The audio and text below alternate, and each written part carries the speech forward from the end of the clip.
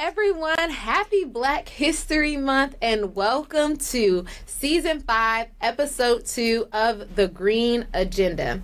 Thank you, first and foremost, per usual, to our partners and sponsors, the Environmental Defense Fund and the Climate Action Campaign, for helping to make this work possible. Tonight's episode will focus on how urban planning and development decisions often overlook the needs of Black residents, which leads to gentrification and displacement in the long term. Tonight we have Sterling Johnson with us. Thank you. A native of Atlanta and Just Opportunity Portfolio Director at Partnership for Southern Equity. Yes. All right. So without further ado, I'm already excited. Sterling and I have gotten to know each other a little bit, so we're going to get right into it. Before we get started, Sterling, is there anything you want our audience to know about you? Not really. Like I said, Atlanta native. Really excited to be a part of the conversation today, and thank y'all for the accommodations and the invitation, of course. Just welcome on behalf of our founder and Chief Equity Officer, Nathaniel Smith, and the Partnership for Southern Equity. For those who are unfamiliar, we are a racial justice nonprofit anchored out of Atlanta that does work in a variety of different ways, but really our mission is about how do we promote racial equity and shared prosperity for all across the American South, and really these days across America in general, and in some cases internationally as well in the global South. And so excited to be a part of the conversation today to talk a little bit about community development and economic inclusion and how those things relate. So very good. Yeah. All right, y'all. I know you're on the edge of your seat. I'm on the edge of my seat. Let's get started.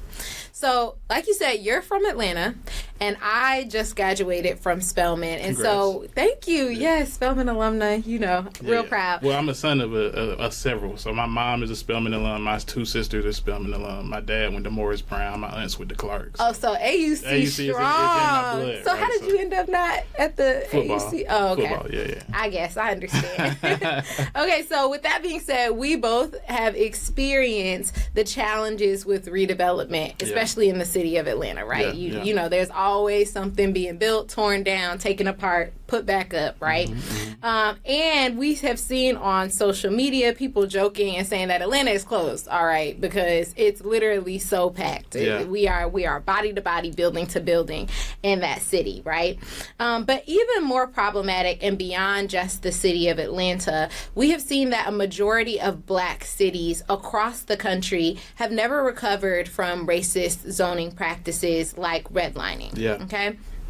And so my first question for you, and just to begin to contextualize this discussion historically, what are some historic examples of how urban planning decisions have led to the displacement of Black communities? And then in addition to that, because we always have a two-parter, okay, how do these examples inform our understanding of gentrification? So give us the history, and then how does that inform our understanding today? Yeah, absolutely. So starting with on your comment about Atlanta being full, it's actually interesting to hear people say that, and I generally push back against that narrative because it's less that Atlanta is full and more that we just build really inefficiently. And so you'll see like large blocks of underused or underutilized land, and then we have like kind of a lot of sprawl and then a lot of concentrated density. Of course, we have the transportation infrastructure to support and activate all portions of the metro area, and so it feels full, but in reality we just have really inefficient and inequitable building practices and development patterns. And so that kind of goes into the second part of your question, right? The history about like why this is the way that it is. Of course, we know that there was a period in which that enslavement was a thing in our country, that there were people who were subjugated to that. But then on the other side of emancipation, there was a period called Reconstruction, where we saw a lot of very rapid development and growth within Black communities, right? And so in the response to that, really to better take kind of this mentality around like white oppression and really Black body supremacy and kind of put it into codified framing and language, they started to develop what are called kind of zoning classifications and codes. And so the use of zoning codes were really really about how do you restrict the movement of black people and how do you force them to be confined to certain spaces where they want to be. And so that's where we saw kind of this policy framing around like segregation start to occur again, and that was back in the 1800s, right? From there moving forward, there was a lot of court decisions, one, and then subsequent kind of development around like racially restrictive covenants and certain types of additional policies that were enacted at the local level to start to kind of refrain and really outside of kind of the thinking about like kind of very explicit, racially explicit kind of framing around some of the way the policy was being used before, that there was this move towards like kind of race neutral language that was still going to meet the same kind of need. And that did the same thing. And so there was a court decision in 1917 called Buchanan v. Warley, which that explicitly outlawed kind of racially segregated zoning classification.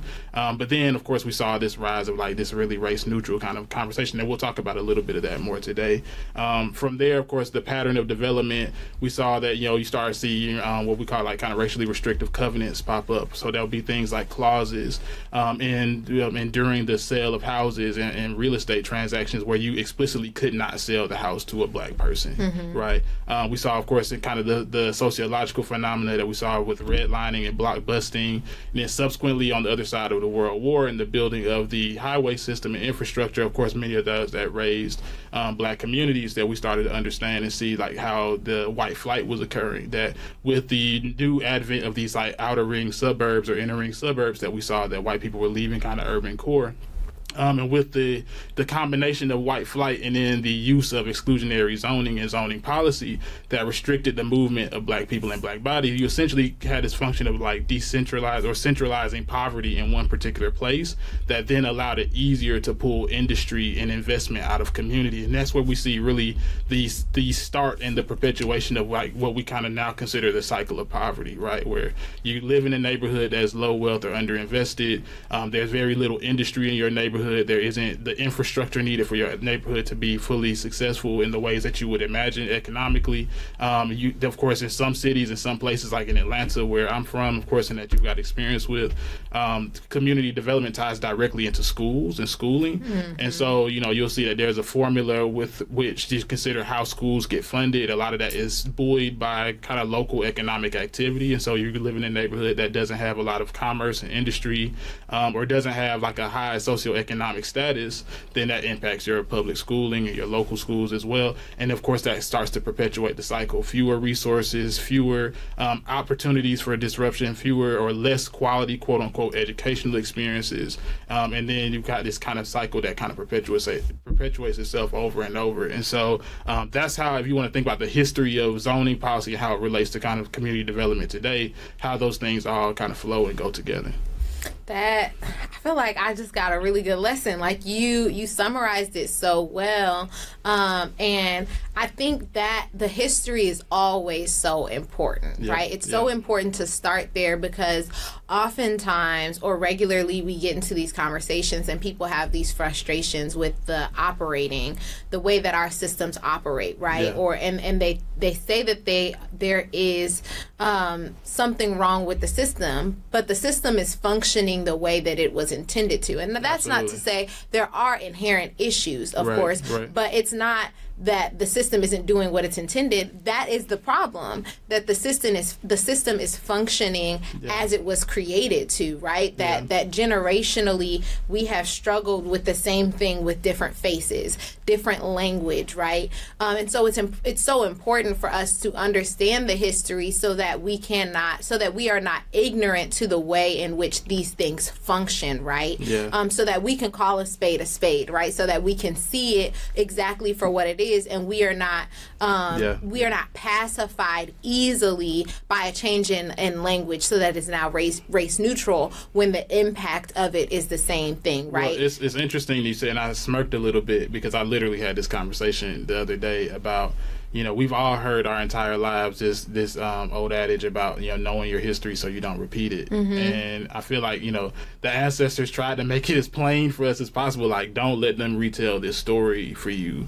And of course, now, because we don't know our history, and in a lot of cases don't understand the way in which the story is being retold or narrative being shifted, is that we find ourselves now wrestling with some of the same issues that we've dealt with before. I think it's important to think through kind of simultaneously. You talked about kind of like the how, right? And a lot of times people think about these conversations as being like not as nefarious. Like, I think our natural inclination as people, and I think this is a good thing, our natural inclination as people is to want to believe the best out of everyone. And I think that's a gift, and that's something that should be protected, but it shouldn't be crossed over into naivety either, right? Like, the reality is that if you understand the history of white oppression and the concept of global anti-blackness, because these are world systems and worldviews that are one beyond America and kind of were the seeded foundations of America, but then we built a system on top of that value system that was able to perpetuate and was explicit in the interpretation of that. And so sometimes we say, we talk about community development. You hear a lot of times, well, that's just how that community is, or those people who live over there just don't keep up with their neighborhood, or if they did X, Y, and Z, it would just be completely different. As if it's simple.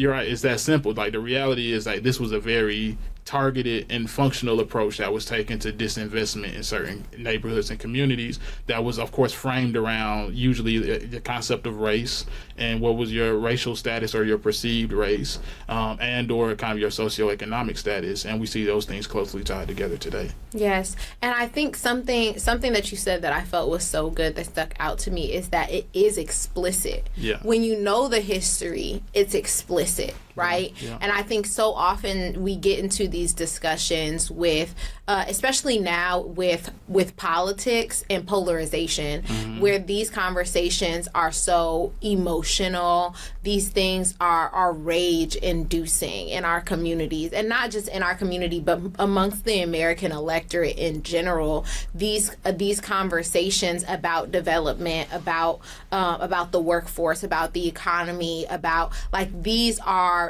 very sensitive subjects, right?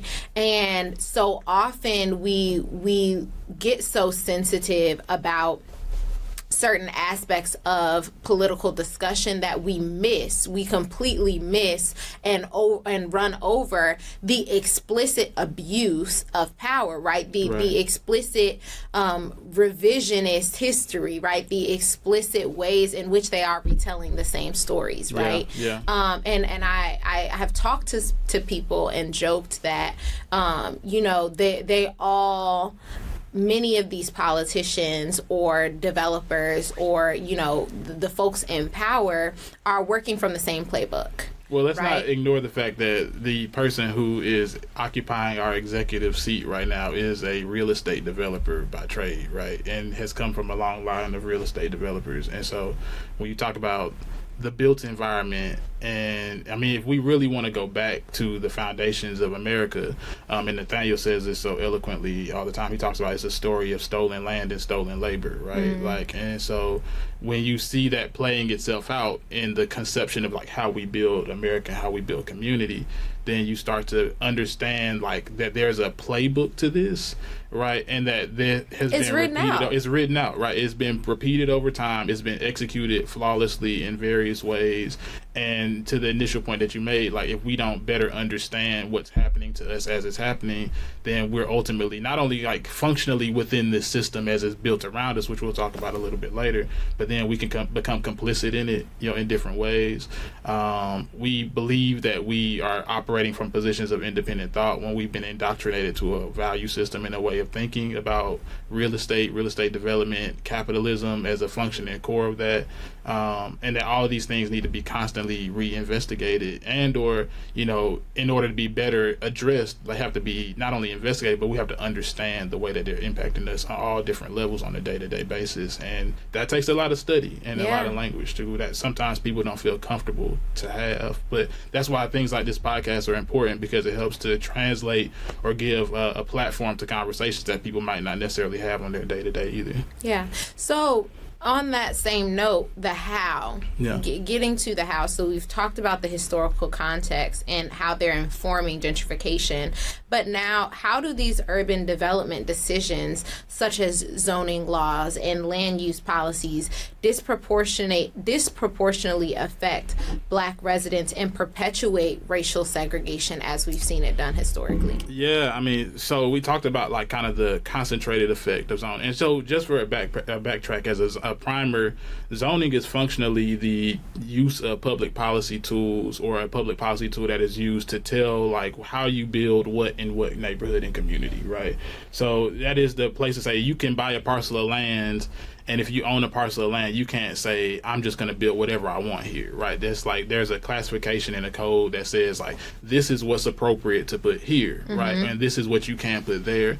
And so with that in mind, and we approach the conversation, it's like, okay, well, we know that zoning classifications and this policy playbook was used to restrict how Black people and how people of color move throughout communities as a whole. And that also, when I say Black people and people of color, I include, even at a certain point in history, like certain white-based immigrant communities or people from European descent. Like, or those that are economically disadvantaged. Right. It was not just only Black people. It's like there were a lot of people. That's why you see in a lot of northern cities that they have kind of like the differently ethnic neighborhoods, right? They'll say, well, this is Germantown, this is Chinatown, right? You know what I'm saying? Because the Greek town, right? Because that's where that when you were an immigrant, when you came into America or you immigrated to America, like this is where they said you could live, concentrated, right? You know what I'm saying? And so the difference though between those groups and Black groups, and this is where the global anti-Blackness comes in, is that over time those other groups have been adopted into the concept of whiteness, and so now they don't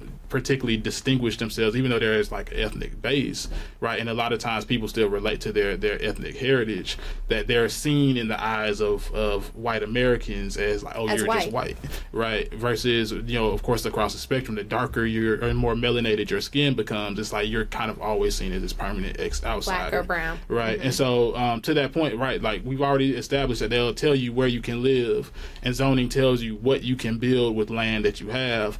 And essentially what we would see over the play of history is that they would concentrate Black people and people of color in certain neighborhoods, and then they would build around them in ways that were undesirable for supporting community growth and development.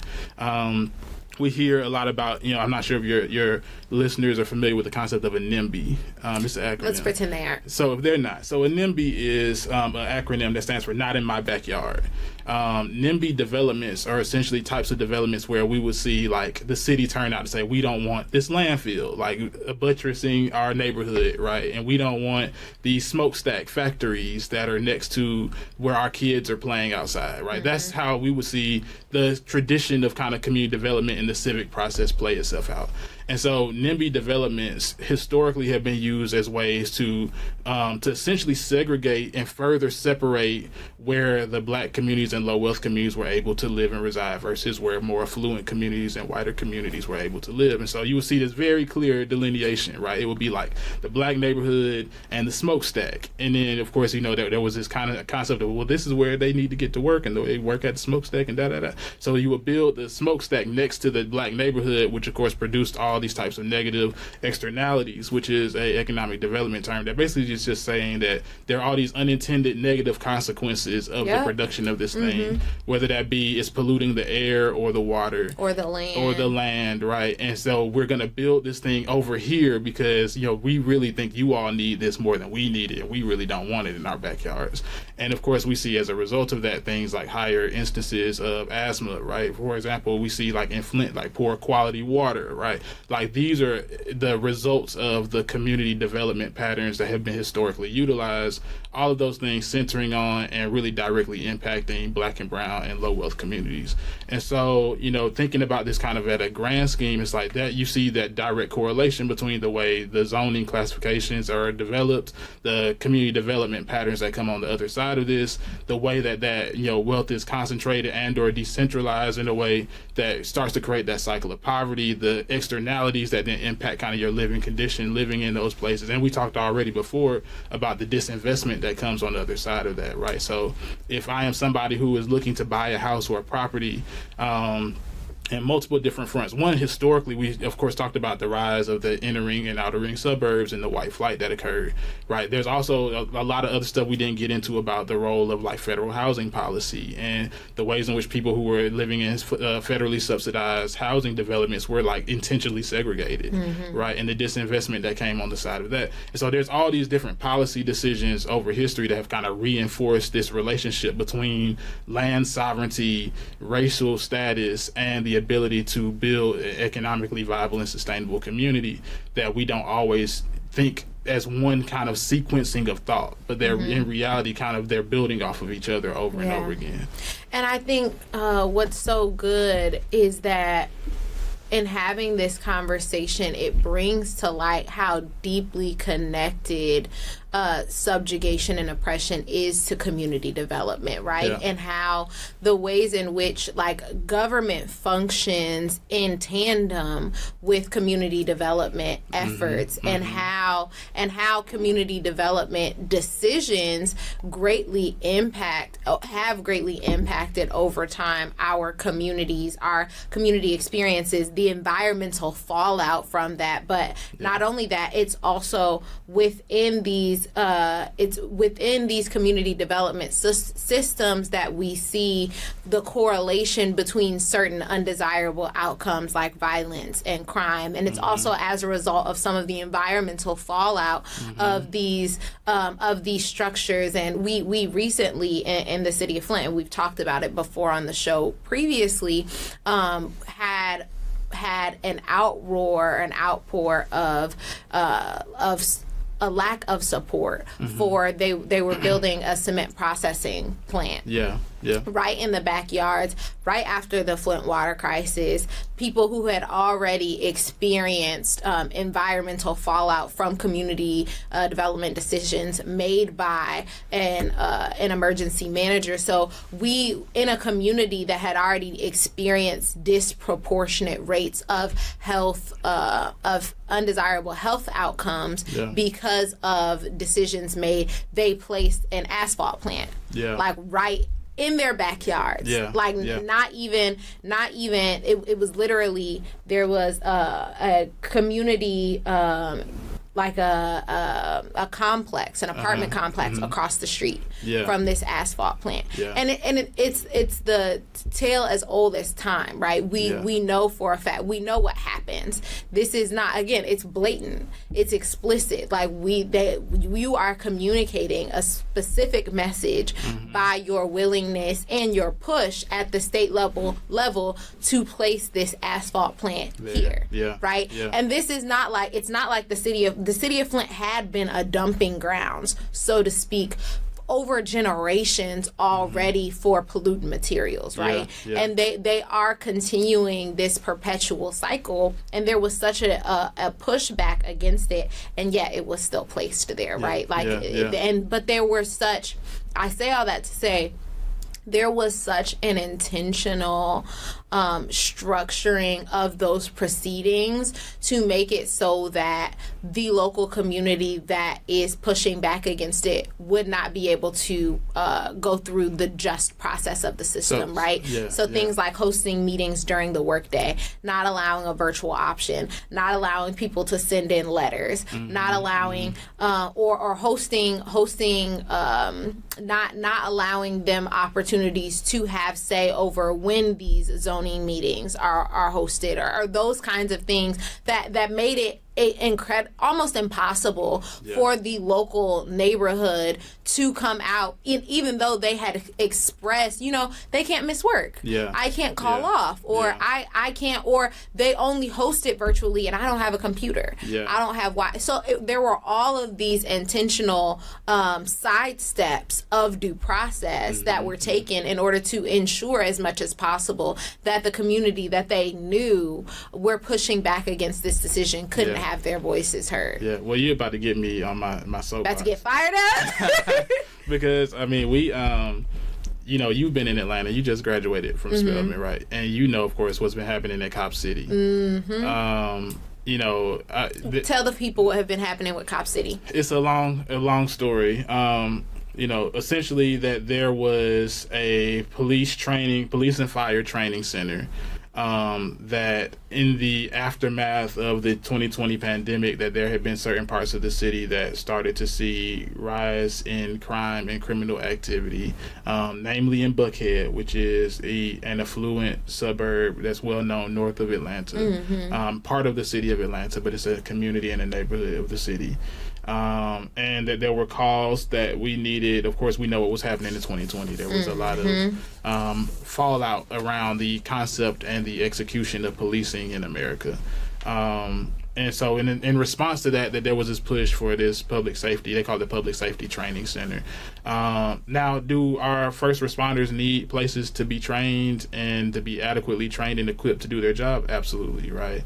But the other side of this conversation was about what they're calling Cop City at the core of this training facility, which was basically a mock town that was going to be used to conduct kind of like very heavily militarized strategic kind of coordination activity and training activities, which some people were saying, given the context of the time, do we really need to be investing in an infrastructure piece and tool to militarize our police force in certain ways?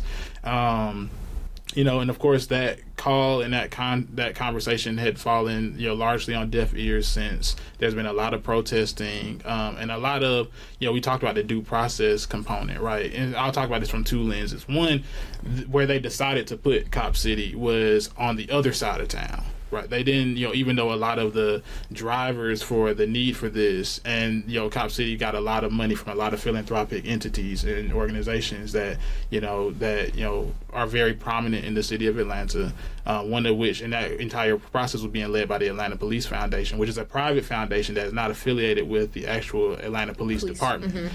So, of course, the influence of private capital and private philanthropy driving this process. The city sold them this land for pennies on the dollar, and they decided to build this training facility on the other side of town in what is functionally known as an urban forest, one that has a lot of need within our kind of urban green space and our urban infrastructure that protects against flooding and other types of environmental runoff from the city and operations.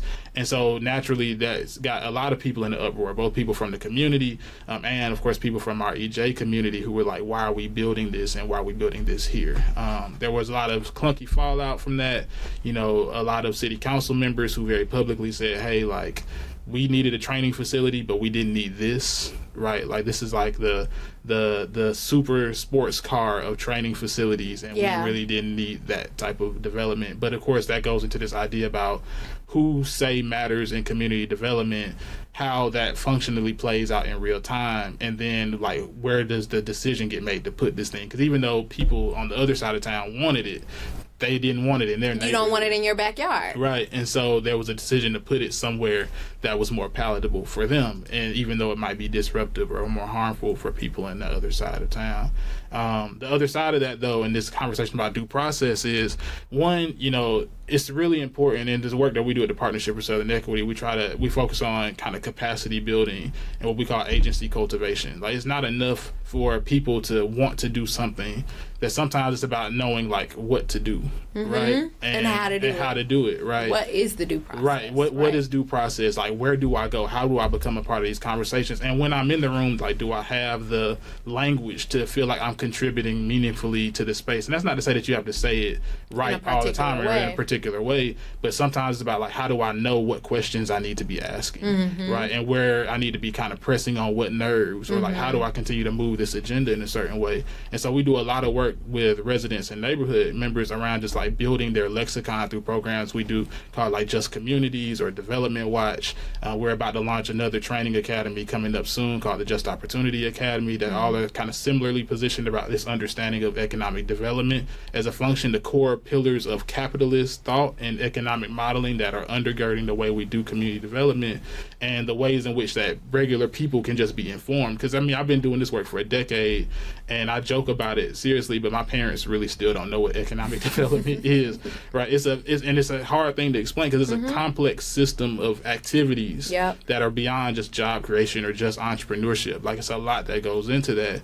But to that point, on due process in the city of Atlanta, they had a lot of that language. They were working with local organizers, national organizers, et cetera. They knew what questions to ask. They followed the process, got signatures and petitions and referendums and all of these things, and the city of Atlanta kind of was just like, cool, like, that's nice. Anyway, right, back to our regularly scheduled program, right? And I would look at the camera when I say this. I'm deeply concerned about the activities of the city of Atlanta and the administration in that way. I see on the global scale, like our national politic and the bully politics that are happening across, the nation as a whole.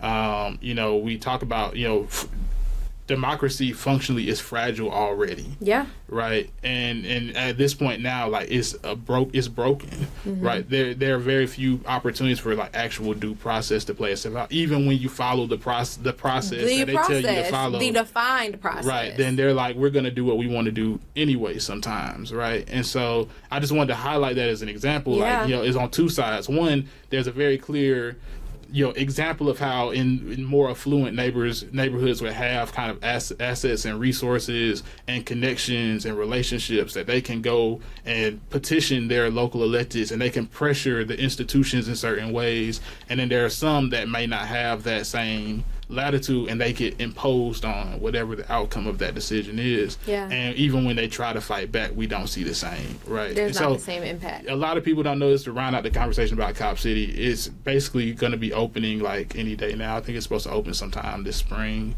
or early summer. Even though the protests are still ongoing, the entire time they were protesting, they were just like, we're going to just build anyway, And so the referendums, the signatures, like, none of that has ever been heard. They didn't bring anything before any organizing body to stop the process, etc. But that's what, white body supremacy, anti-blackness, and the relationship to our civic process and our economic and community development process gets us. Yeah. Right. And ultimately, those things aren't good for anybody. Yeah. And that's just heavy. Yeah. Like, that is heavy to sit with, especially for organizers who have been in this work. You've been in this work for over a decade, you said. And it's heavy to wrestle with the fact that there is this balance and tension between the political, the organized, the taking is, again, tale as old as time. It is our discussion of, do you go through the system? Do you work with and alongside the folks in power, or the radical other side? We have seen it. Yeah. We've seen it play out in Black communities, in Black movements. The wrestling with, like, do I go with the systemization of power? Do I follow the process? Do I go through the steps? Do we compromise? How do we compromise? How do we come to these tables that exist? And then on the other side of it, it is, how do we tear down the tables? Yeah. Like, and you can't be upset with the radical in light of the system. Yeah. Yeah. Right? Like that when you see, I've gone through the system, I've done what you've asked, I have followed your process to no end, right? And when you get to no end, it's like, well, what am I left with? Yeah. Fire. Yeah. That's what you're like at this point, where do we go? And I think that, to me, it becomes I studied political science at Spelman. And in my dissertation work, or not dissertation, in my senior thesis work, that I'm hoping will eventually become my dissertation, one of the big things that I talked about was polarization and the electorate. My concern is for the electorate in these days, right? When tensions are high, when the systems aren't functioning as designed, when we see history repeating itself, and we see a blatant disregard for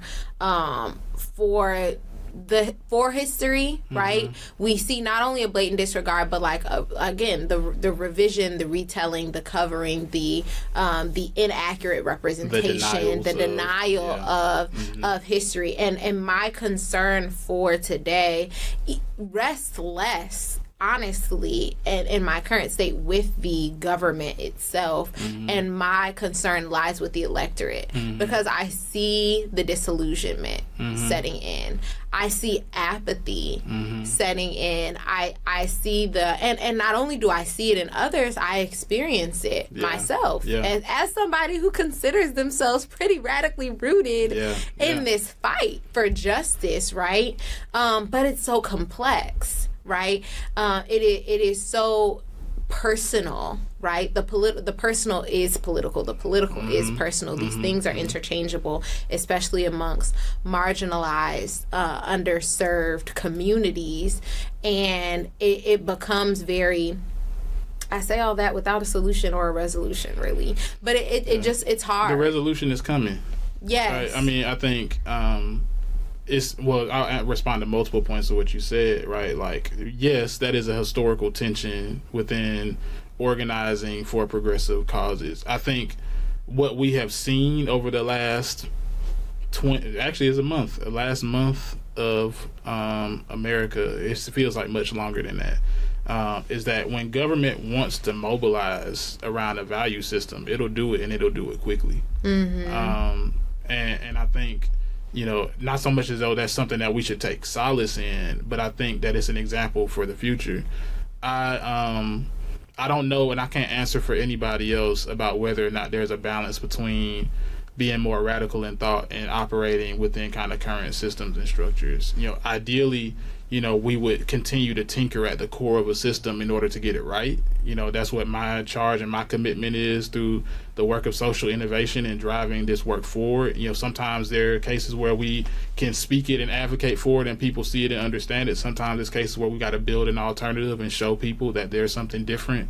I'm a big proponent of what I'm calling and what I've been talking about subversive economics. Like, there are, in the current operation of our economy, different programs, different initiatives, different designs rooted in solidarity and care, communal care, egalitarianism that exists right now, that people think, in the absence of kind of our traditional economics and capitalist models, that that thing is it's only anarchy on the other side of that. And no, in reality, that within the models as they exist, that we're showing that there are different ways that we can relate to one another, because functionally capitalism in economics itself is not a natural science, right? It's a social science. One of my favorite quotes from a woman named Marika van Doornik. And she's a big proponent of what they call donut economics. That's a whole nother conversation for another day. But she talks about that, like, economics is a social science. That means we have established the rules around this thing, not like gravity, where if I drop it, it falls. And it falls at the same rate, right? That's not what we're dealing with here. And so we just kind of continue in the midst of that apathy and that frustration to commit ourselves to dreaming more, dreaming bigger, to continuing to show up and doing what we can within, whether that be, and this is another thing that I've had a conversation about, like, organizing is not just around the political apparatus and our election cycles. Like, we cannot be focused on only organizing to get out the vote, right? Yeah. That organizing is a daily commitment. It's a daily operation. This is work that we need to commit to doing on a regular and ongoing basis. Grassroots.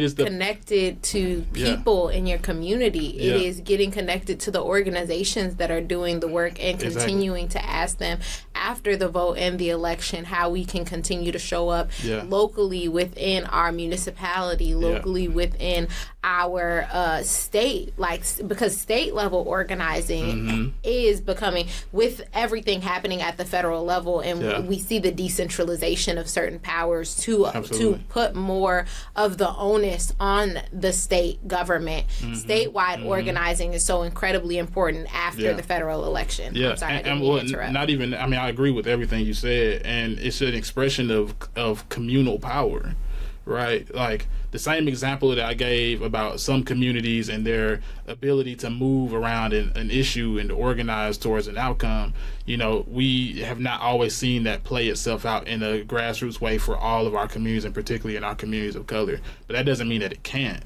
right? We have to be better connected. We have to build and invest more in the infrastructure to design that, and we need our partners at the table right now because it's coming, right? As I said, like, there's opportunity here, and we just got to be ready to rise to the occasion. That's good.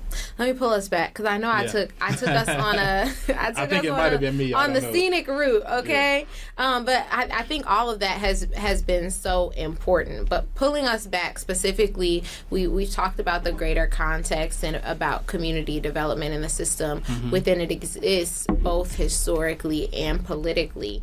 But coming back to land development, right? So recently we saw in the epic Super Bowl performance, the performance that the football game was built around, right? Yes. So there was they were there for the concert. The concert of the Super Bowl. And then the rest of this stuff was halftime. Exactly. You get what I'm saying, right? Yeah. So in the epic Super Bowl performance that we saw earlier this month, Kendrick Lamar said, 40 acres and a mule, this is bigger than the music, right? That was sort of his intro to his performance. For our listeners, right? So explaining what 40 acres and a mule is, if you're unfamiliar, it refers to the time after the Civil War when formerly enslaved Black people were promised 40 acres and a mule as a form of reparations, right? Of reparations that never came. This promise was part of the Special Field Order number 15 issued by Union General William, and I hope I said his name right, Tecumseh Sherman in 1865, which aimed to redistribute Confederate land to Black people. However, after President Abraham Lincoln's assassination, his successor, Andrew Johnson, overturned the policy and returned the land to its former Confederate owners. This brings us to the question of community land trust, okay? What are community land trusts? Explain that to the folks. And then what role do they play in preserving affordable housing and community control in Black neighborhoods? And what have been some successful examples on a lighter note? I love that question. And it really relates to that last statement I made about subversive economics, right? Like, these are things that are tangible and exist and not just are like pie in the sky ideology. So real quick, interesting fact, the mules actually weren't a part of Field Order 15. The land the mule was the never. They threw in the mules. No, they threw in the mules. They said they had some left over. Like, they gave. They're like, we'll give you the mules, whatever. So we weren't actually promised mules, but that's notwithstanding. Of course, the core of the story is that is a fun fact. That is a fun fact. But we didn't. Of course, the land was given. It was later taken back, etc. And so that's just a side note. Community land trusts are nonprofits. They are nonprofit entities that purchase land for the purpose of having affordability or accessibility in perpetuity. So basically, you might be, as a nonprofit, a holder of certain land, and you would say, I'm going to build or develop housing on top of this land, and that my strategy will be to use certain tools within my toolbox to maintain long-term affordability for the residents. That can look like everything like separating the cost of the land from the cost of the home and the structure. It can look like kind of buy down and buy back structures where they're kind of capped on the equity that you can take back from the land, and they put it back into the purchase down cost so that for the next person who sells after you, that they'll be able to maintain affordability. They're also, and I want to bring this to the conversation as well, community stewardship trusts that are similar and really functionally community land trusts with a little bit more of like a wealth generation component to it. And so that's really more about kind of the way in which we look at economic security as a supporting pillar of kind of longevity and the ability to age in place, but they're not necessarily always the same things. And I'm actually on the board with one that I want to shout out with the Guild out of Atlanta. They do a lot of great work on the Atlanta's West Side and their community stewardship trust project as well, where you allow people kind of like as investors to buy into the property, whether they be residents or not, and then the residents themselves buy into the property as well. Also to address kind of on both sides of CLT, in the CST component. They have functionally to address kind of the power sharing or power shaping that can occur at the center of land ownership, generally and in its purest form, that they will be instructed by boards that are made up of residents of the community in the neighborhood to help advise on like what are the things that they need. Do they need to build other types of development around them? Do they need to attract certain types of resources? So for example, with the work that we're doing at the Guild, they also have like they're building out a fresh fruit grocer component, retail space, etc., and there'll be like kind of residential housing on top of the development as well. But long story short, they're all just strategies to maintain long-term affordability and home access for people. See, a bright note. Oh, and you asked for an example. Yes, There's actually one here in D.C., and I won't get too deep in telling their story, but we encourage everybody to look them up. The Douglas Community Land Trust. Since we're in Washington, D.C., I feel like it was good to use a local example. But I'm sure there are different examples in your communities all around the country, just to like look up and see what exists around you. That's so cool. And please look into those and see if there's a way that you can support. Again, we talked about organizing being a daily and regular task. A part of that could be getting involved with your local land trust. Or if there isn't one that is close and local to you, possibly having some conversation about what it may look like to form one or to begin. I don't know all the details and logistics of what that looks like, but we have a resource here. So maybe connect with their organization or connect with a local organization, a local land or community development organization that may be able to provide some further insight to you. So we're getting close. We're getting close to the end of our time. I have two more points for us, and then we're going to wrap it up. All right. Gotcha. So one, how can community engagement, and we've talked about some of this a little bit, we touched on it, how can community engagement and participatory planning processes help ensure that urban development projects reflect the needs and priorities of Black communities? And what are some examples of successful community-led development initiatives? Yeah. So notwithstanding the example I used before, I mean, really it's about building an infrastructure for feedback. And I talked about power, right? Like sometimes we think about real estate and urban redevelopment as being, I don't want to say kind of charity work or missionary work, but we often see that in the function of, and what happens in gentrification is exactly it's like a savior complex. It's the savior complex on one hand, but it's like the ethnic cleansing that happens on the other, right? Because you're always building for someone, right? And I always ask that question when I'm working with economic developers and municipalities across the country. I say, like, who are you building for? Right? Are you building for the people that are here?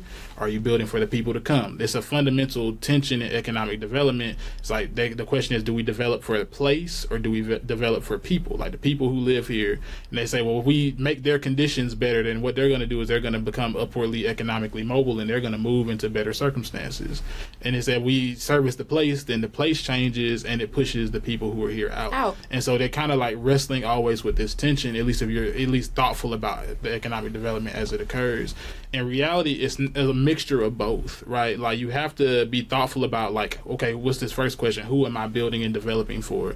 So we joke about it internal to the organization about like the 4 horsemen of like gentrification, right? You get your yoga studio, your coffee shop, your brewery, right? These things start showing up in the neighborhood. It's like, well, these aren't things that I use, right? And so what you're doing is you're signaling that you're attracting somebody here, meaning that you're not building for me, right? While I just needed a fresh food grocer, right? My neighborhood was a food desert, right? Or a food swamp.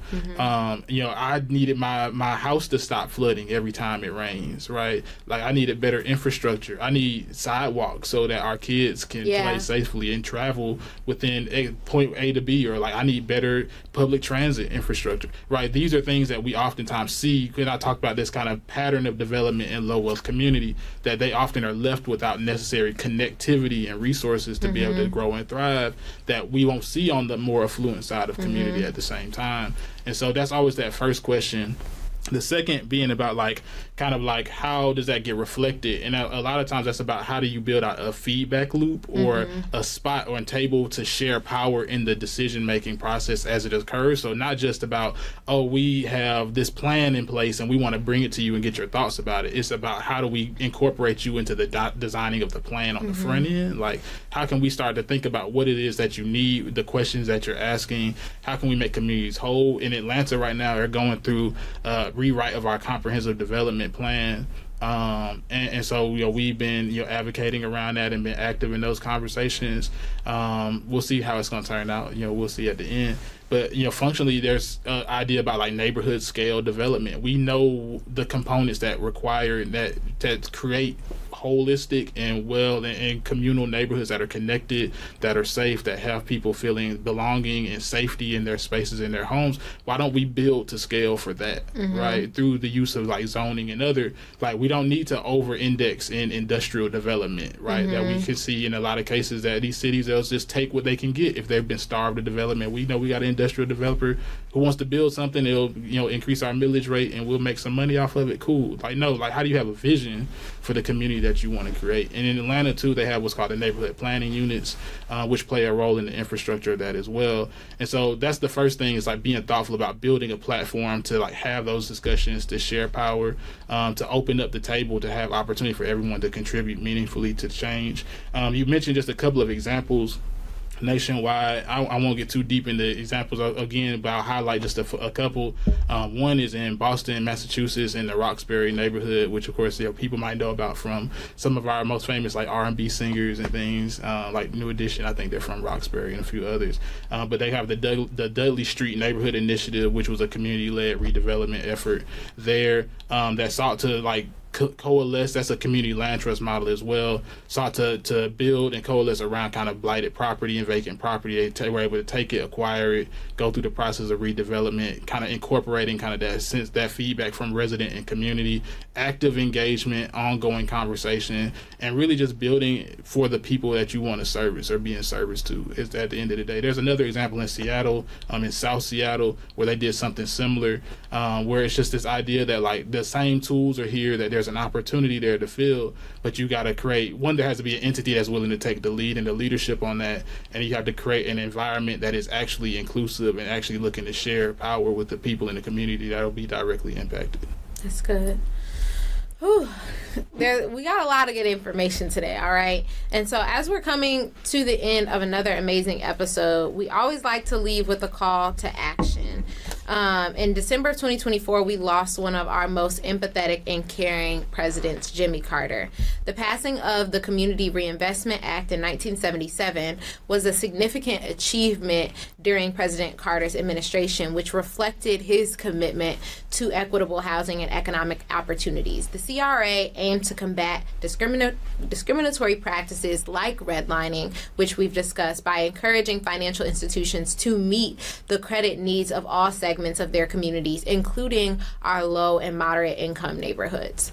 In 2025, what policy changes and interventions at the local level are necessary to address the legacy of racism and discrimination in urban planning, and how can policymakers and developers work to prioritize equity and justice in urban development projects? Yeah. I promise that's the last loaded question. And I'll try to be concise in this. I think the first answer is, addressing, we kind of touched on this before, like the rollback of existing policy. Like, I don't necessarily think this is a question of like what policy do we need. I think we had the policy. The problem is that it was never fully administered, right? And so when you look at stuff like the Fair Housing Act, and you see that home rates or home purchasing rates were flat and or in some areas decreased from the point where were when the act was passed in the first place. Like that is a question of administration and will. Of course, we know that right now we probably won't have that leadership out of Washington.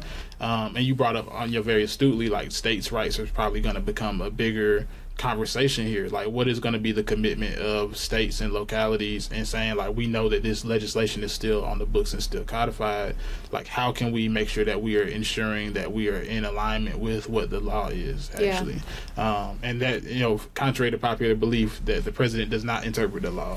That is not his job, right? So just make sure we need a civics 101. I was gonna say we might need to take it back to schoolhouse, right? Yeah. I actually, after I get out of the meeting here, I got to jump on the call because that's something else that we're having a conversation about developing. That's another conversation for another day.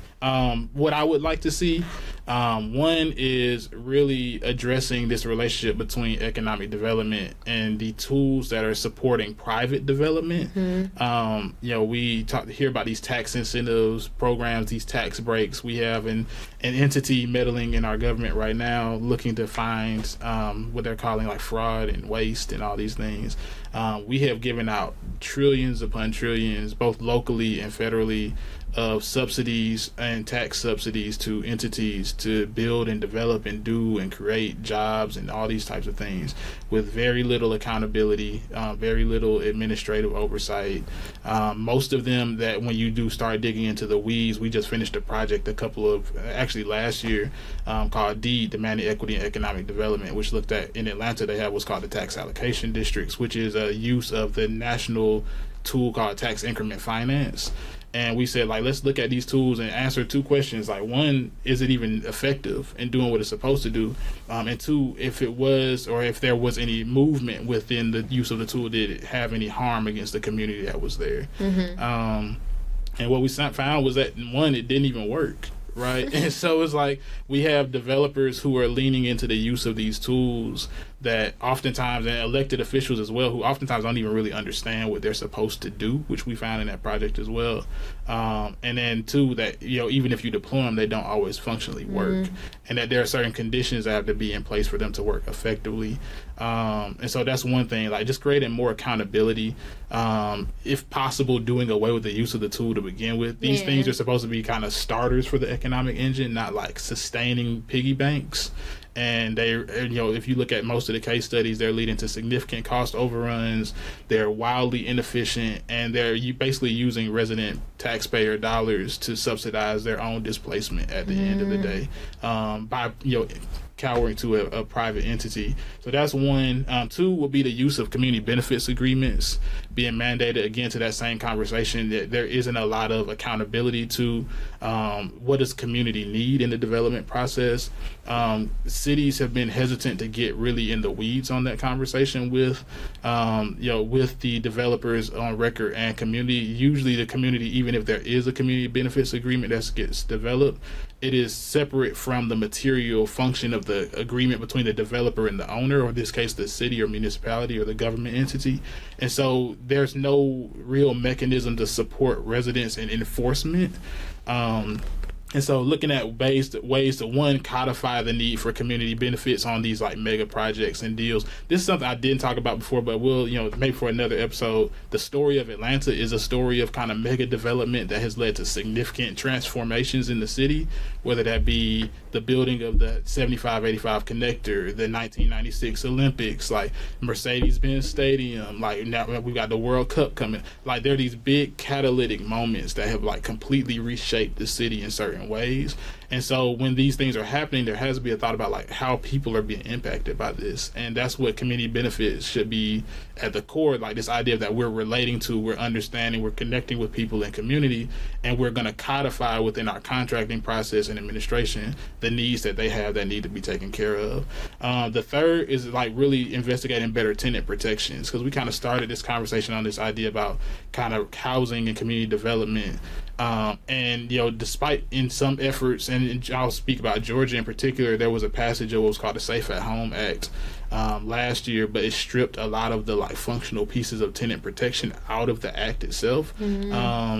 There's a lot of reasons for that. A lot of that I won't go into discussion in on the record, but just know that there's a lot of conflicts of interest about that. There's a lot of people who serve as property owners and landlords, and like what is your accountability to ensuring that you're not creating a home environment that's unsafe for somebody, particularly of our most vulnerable residents. And so how do we look at tenant protections, everything from rent caps and increases, standards of quality and safety for like homes.